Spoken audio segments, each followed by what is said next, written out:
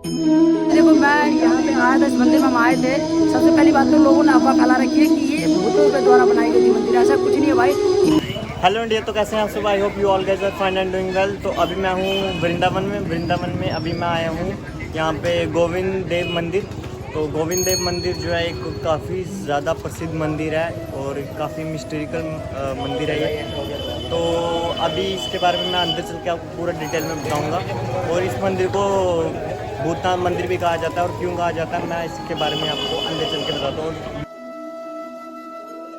तो आइए चलिए जानते हैं इस मंदिर का इतिहास। इस मंदिर का असली नाम जो है वो है गोविंद देव जी मंदिर, जो कि लगभग 5,500 साल पुराना है। और यह मंदिर श्री कृष्ण जी के ज़माने का मंदिर है, जो कि 7 मंजिला हुआ करता था किसी ज़माने में। और इस मंदिर की जो ऊंचाई, जो छत थी, उसके ऊपर 50 किलो का एक दीपक जलता था हर दिवाली पे, और जिसकी रोशनी आगरा और दिल्ली तक जाती थी। तो इस मंदिर का इतिहास और कड़वा सच अभी जानने की हम शुरू करते हैं। तो इसका इतिहास कुछ इस तरह से है कि जो औरंगज़ेब था, जब वो हिंदुस्तान में था, दिल्ली में उसका शासन था, तो हर दीपावली पे जो रोशनी थी वो आगरा और दिल्ली तक जाती थी। तो एक बार औरंगज़ेब ने अपनी सेना से पूछा कि ये जो रोशनी है कहाँ से आती है। तो उसके जो सैनिक और जो उसके कार्यालय वाले थे, उन्होंने कहा कि ये जो आती है वृंदावन से आती है। तो ये बात सुन के औरंगज़ेब काफ़ी ज़्यादा गुस्से में आ गया और काफ़ी ज़्यादा हैरान भी हुआ कि मतलब कि मुग़लों ने आज तक इतना बड़ा कभी मस्जिद नहीं बना पाया, तो हिंदू लोग इतनी बड़ी मंदिर कैसे बना गए। और ये बात औरंगज़ेब को पसंद नहीं आई, तो उसने आदेश दिया अपने सैनिकों को कि इस मंदिर को जाके क्षतिग्रस्त किया जाए और यहाँ की जो मूर्तियाँ वो मेरे पास लेके आए जाएँ। तो उसी रात क्या हुआ कि भगवान श्री कृष्ण जो थे वो एक पुजारी जी के, तो इसी मंदिर के पीछे एक गुप्त कमरा है, गुप्त चैम्बर था, जहाँ पे भगवान श्री कृष्ण जी की 2 दिन तक जो मूर्तियाँ थी वो यहाँ पे छुपा के रखी गई। और उसके बाद जो मान सिंह जो जयपुर के महाराजा थे, उन्होंने इस जो मूर्तियाँ थी उनको अपने साथ जयपुर ले गए। और आज भी गोविंद देव जी का जो मंदिर है राजस्थान में, वहाँ पे जो है असली प्रतिमाएँ जो हैं वो वहाँ पे रखी गई हैं। तो आप भी जाके वहाँ पे वो मूर्तियाँ वहाँ पे आज भी देख सकते हैं राजस्थान में जाके।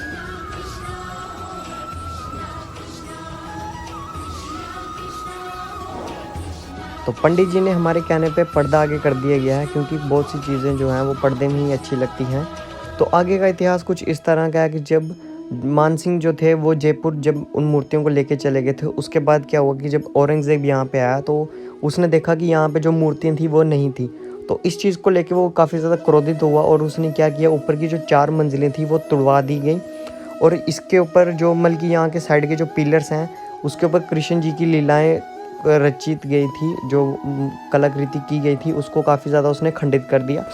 तो मेरा मन नहीं है वो चीज़ दिखाने का, क्योंकि लेकिन उसके 2 साल बाद जो महाराजा मानसिंह थे, उन्होंने इस मंदिर की जो कंस्ट्रक्शन थी, मरम्मत थी, वो फिर से करवाई गई। और आज जो ये मंदिर है लगभग 3 मंजिला ही बचा हुआ है। और ये 3 मंजिला मंदिर भी इतना ज़्यादा विशाल, इतना ज़्यादा खूबसूरत लगता है।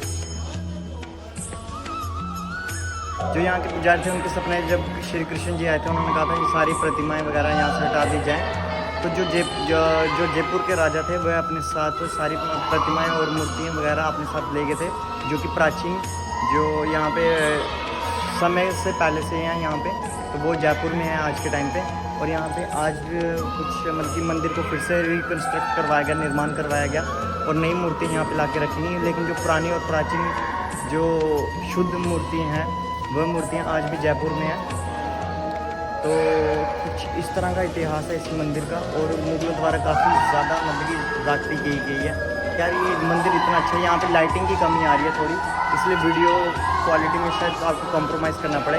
बट वृंदावन और मथुरा ही नहीं, केवल पूरे हिंदुस्तान में हमारे हिंदू देव देवताओं के मंदिरों को काफ़ी ज़्यादा लूटा गया, उन्हें क्षतिग्रस्त किया गया, खंडित किया गया औरंगज़ेब के द्वारा। और ऐसे शख्स के बारे में इतिहास में पढ़ाया जाना हमें, तो ये हमें बिल्कुल भी, इससे शर्मनाक बात हमारे हिंदुओं के लिए बिल्कुल नहीं होगी कि ऐसे शख्स जिसने इतना सब किया, इतने बड़े बड़े पाप किए, और हम उसी के बारे में इतिहास में आज के समय अपनी किताबों में पढ़ रहे हैं। तो आरजे भाई, इस मंदिर के बारे में कुछ बताना चाहोगे? तो भाई देखो, मैं यहाँ पे आया था, इस मंदिर में हम आए थे। सबसे पहली बात तो लोगों ने अफवाह फैला रखी है कि ये भूतों के द्वारा बनाई गई थी मंदिर। ऐसा कुछ नहीं है भाई, ये सिर्फ व्यूज़ के लिए है, या और फिर कह सकते हैं कि नाम वाम के लिए कह सकते हैं कि बस लोगों ने अफवाह फैला रखी, झूठी अफवाह है, भूतों के द्वारा नहीं बनाई गई है। यहाँ से 5,000 साल पहले ही बनाई गई थी, जब कहीं ना कहीं भगवान कृष्ण हुआ करते थे, तो उसी समय में बनाया गया था, द्वापर युग में बनाया गया था ये। लेकिन ये था कि 500 साल पहले इसमें जब औरंगजेब आया करते, जब ये मुगल शासन आए थे, उन्होंने क्या किया था, यहाँ पे ये 7 मंजिला फ्लोर हुआ करती थी भाई, 7 मंजिल तक ये मंदिर था ऊपर तक। लेकिन जब औरंगजेब आया था उसने क्या किया था, इसको पूरा क्षतिग्रस्त कर दिया था, तोड़ फोड़ दिया था। 4 मंजिलें जो थी वो बिल्कुल तोड़ दी गई थी। लेकिन लास्ट में फिर क्या हुआ कि जब मुगल का पतन हुआ तो 1590 के आसपास में जयपुर के राजा हुआ करते थे, उन्होंने क्या किया था, इस मंदिर को दोबारा से रिकन्स्ट्रक्ट करवाया था। और एक दिन सपने में आया था, एक पुजारी जी थे यहाँ पे, उनके सपने में आया था भगवान कृष्ण स्वयं, उन्होंने साक्षात बताया था कि यहाँ पे जितने भी प्रतिमाएँ हैं, जितनी भी मूर्तियाँ हैं, उनको यहाँ से कहीं और विस्थापित कर दिया जाए। लेकिन फिर यही हुआ कि 2-3 दिन बाद ही उन पुजारी ने राजा, जयपुर के जो राजा थे, उनकी सहायता से यहाँ की प्रतिमाओं को विस्थापित कर दिया गया जयपुर में, जो आपको आज भी वहाँ पे मिल जाएंगे। गोविंद बाके बिहारी करके वहाँ भी मंदिर है, तो आपको दिख जाएंगे जयपुर के अंदर। एंड ये चीज़ें इतिहास थी यहाँ पे। लेकिन आपको दूसरी चीज़ और है कि अगर आपके इसके अंदर जाओगे तो आपको और कोई मूर्तियाँ नहीं दिखेंगी, आपको दोबारा से अंदर जो है बाके बिहारी जी की मूर्ति मिलेगी। लेकिन वो आपको उस 1590 के बाद 2 से 3 साल बाद जो है यहाँ पे प्रतिमाएँ फिर से बनाई गई थी यहाँ के लोकल महंत और साधु जी द्वारा। तो बाद उस समय से अभी भी मतलब कि आपको प्रतिमाएँ, आपको ये 5000 साल पुरानी, आई मीन कह सकते 500 साल पुरानी जो है प्रतिमा आपको अभी भी यहाँ पे देखने को मिलेगी। बाकी आपको ये ब्लॉग कैसा लगा, आपको ये जानकारी कैसे लगी, हमने अलग जानकारी दी है, कमेंट सेक्शन में जरूर बताना। राधे राधे। तो बाहर से ये मंदिर जितना खूबसूरत दिख रहा है उतना ही अंदर से भी ज़्यादा खूबसूरत है। यहाँ के जो अंदर के स्तंभ है उनके ऊपर भगवान श्री कृष्ण जी की जो लीलाएं थी उनको निकाशित किया गया है। लेकिन कड़वा सच ये भी है कि औरंगज़ेब ने उन मूर्तियाँ, उन कलाकृतियों को जो है खंडित कर दिया गया है, जो कि एक बहुत बड़ी दुख की बात है। इसलिए मेरा मन नहीं किया दिखाने का। और जब मंदिर के 4 फ्लोर जो थे वो गिरा दिए गए औरंगज़ेब द्वारा, उसके लगभग 2 साल बाद जो जयपुर के राजा थे मान सिंह जी, उन्होंने इस मंदिर को फिर से कंस्ट्रक्ट करवाया कोई 1590 के करीब। और यहाँ पे फिर से नई भगवान श्री कृष्ण जी की मूर्तियाँ स्थापित की गई। लेकिन ये वो मूर्तियाँ नहीं थी जो पौराणिक मूर्तियाँ थी। वो पुरानी मूर्तियाँ जो हैं वो आज भी राजस्थान के गोविंद देव जी के मंदिर में रखी गई हैं। और आज भी आप वहाँ पे जाके उन मूर्तियों को देख सकते हैं। और यहाँ पे जो अभी मूर्तियाँ हैं वो भी लगभग 450 साल पुरानी है, जो कि महाराजा मान सिंह द्वारा स्थापित की गई है इस मंदिर में। तो अभी सिर्फ 3 मंजिला इमारत बची है, तो ये इतनी ज़्यादा सुंदर और इतनी ज़्यादा बड़ी विशाल लग रही है। और इमेजिन कीजिए जब ये 7 मंजिला इमारत होती होगी तो कितनी बड़ी और कितनी सुंदर लगती होगी। बाकी ये जो मुगलों द्वारा की गई हरकत है ये मुझे बिल्कुल भी अच्छी नहीं लगी। तो राजन भाई एक बात बताओ, ये जो लोग बोल रहे हैं भूतों द्वारा निर्माण कराया गया, भाई देखो सबसे पहली बात तो ये कि मैं जो लोग कह रहे हैं कि भूतों ने निर्माण करवाया, तो भाई पहली बात ये बताओ कि जो इंसान जब जीते जी मंदिर का निर्माण नहीं करवा सकता है, वो मरने के बाद क्या ही करवाएगा। तो पहली बात तो ये गलत है, अफवाह है, इस बात पे आप लोग ध्यान में देना। और दूसरी बात कि मुगल जो भाई औरंगजेब जिसने तोड़ा था वो इसकी 4 फ्लोर तो ऊपर की तोड़ दी। लेकिन अब जो है धीरे धीरे अब इसका फिर से निर्माण कार्य चल रहा है। और ये जो आप जितने मंदिर परिसर देख रहे हो, ये राजा मान सिंह जयपुर की जो हुआ करते थे, उन्होंने दोबारा से मरम्मत करवाई थी।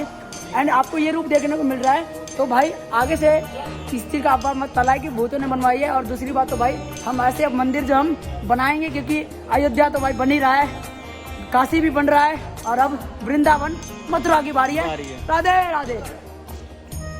तो दोस्तों कुछ इस तरह का इतिहास था और मैंने कोशिश की है थोड़ी सिनेमैटिक लेने की, क्योंकि जगह काफ़ी ज़्यादा कम रह गई है और आगे पीछे के घर वगैरह बन गए हुए हैं। क्योंकि जो जगह पहले काफ़ी ज़्यादा बड़ी होती थी, पर लेकिन वही ना मुगलों द्वारा ऐसी हरकतें की गई कि यहाँ पे अब मतलब की जगह कम बची है और 360 शॉट्स लेने में हमें प्रॉब्लम हो रही है। लेकिन फिर भी हम ज़्यादा से ज़्यादा कोशिश करें कि आपके लिए बेटर से बेटर शॉट्स ले पाएँ और बेटर से better and real and genuine information दे पाएँ।